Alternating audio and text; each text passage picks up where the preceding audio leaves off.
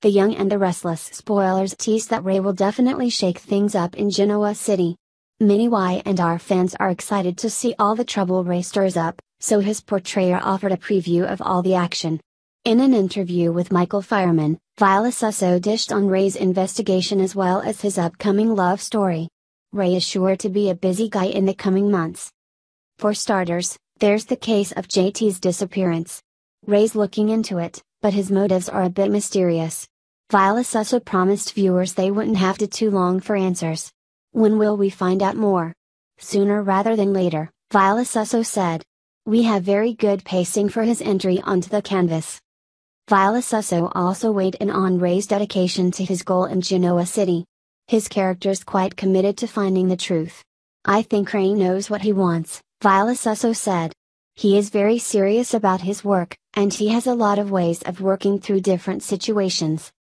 The Young and the Restless spoilers say Ray will have a few tricks up his sleeve.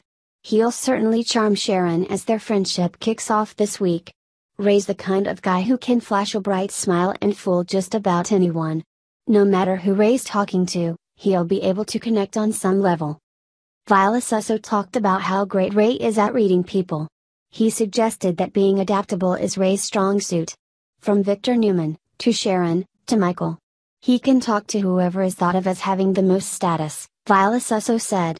He has that knack.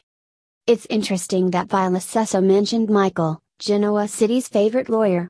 That could mean Ray's already exposed the cover-up crew in some upcoming scenes. Michael would naturally be their first call. Regardless, the girls' night fiasco will be brought out in the open eventually. Victoria, Nikki and Sharon will all be on the hot seat. What about Ray's love life? When the chaos of all this dies down, who will he sizzle with? Viola Susso's down for anything. He exclaimed, all of the women. Viola Susso mentioned having scenes with Sharon Case, Tracy Bregman and Melissa Ordway so far. He noted that everybody has been extremely lovely to work with. However, the Young and the Restless buzz hints that Sharon and Ray could come together down the road. She'll have to forgive him for the JT investigation, but that's not an impossible hurdle. After all, the cover-up crew did break the law. Ray's just trying to seek justice and expose the real story. Since JT was such a monster, the ladies should be able to get off the hook at some point. Are you excited about what's next for Ray? Would you like to see a Ray and Sharon pairing, or would you rather see him with someone else? We'll give you updates as other Y&R news comes in. At home, Phyllis chugged wine and anxiously checked her phone.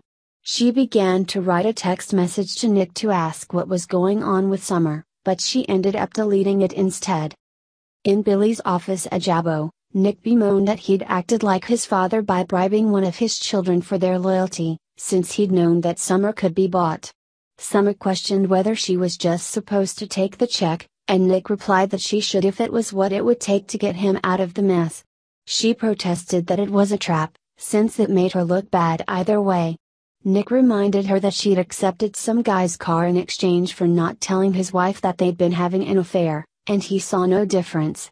He pointed out that begging and reasoning hadn't worked, and he just wanted to put his night with Phyllis behind them.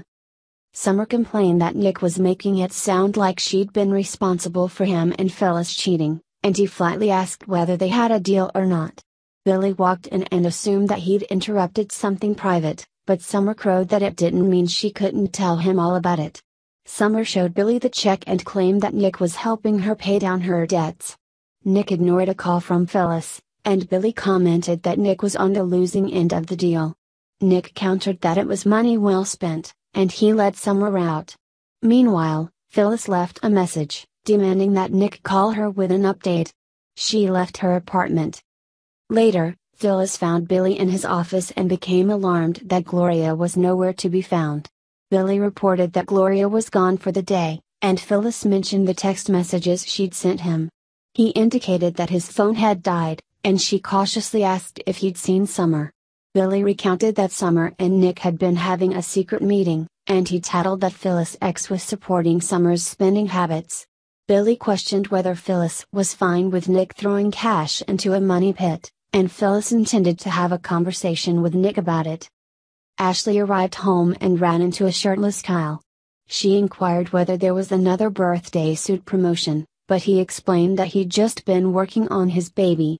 She teased that he spent more time pampering his car than driving it, and he bragged that it was a classic that wasn't made anymore. Ashley remarked that it sounded like a keeper, and Kyle grumbled that it would be unless he did something stupid, like lose it in a bet. Kyle claimed that he had made a bet with a buddy in New York, and Ashley blamed Billy for rubbing off on Kyle. Kyle swore that it was a one-time thing, and Ashley hoped that his friend was putting up at least as much. She asked if Kyle could win, and he replied that he wouldn't have agreed to the bet otherwise. After he exited, Neil called Ashley and declared his need for an evening of jazz and excellent company, but he understood if she was busy. She asked where she could find him. On the athletic club roof, Nick confessed to Summer that he was mostly upset with himself, but she observed that she was the one he was glaring at. He said he'd learned a lot about her and himself that day, and she countered that she'd learned a lot about him and her mom, but she hadn't wanted the information. Summer asked why he was blaming her for him falling into bed with Phyllis. Nick reiterated that the past was supposed to stay in the past, but Summer wouldn't let it go. Summer confirmed that she was on board, but Nick was disappointed that she'd only done it because he'd paid her off. He was disgusted with himself for pulling a serious Victor move, but he was also hurt because he'd thought he and Summer were tight. Nick had expected Summer to understand that the one night he'd spent with Phyllis hadn't had any deeper meaning and didn't need to be exposed, but Summer referred to the other times in other years when he jumped between Sharon and Phyllis. Summer griped that he loved to remind her that she'd had an affair with a married man, but she thought it was no surprise, considering how she'd entered the world. She pointed out that it wasn't uncommon for kids to think that their parents belonged together, but he couldn't tell if that was what she really wanted or if she was still playing games with him. Nick answered a call from Sharon, and Summer sauntered off. Nick approached the bar and sat next to a man who was watching a sports event on his phone.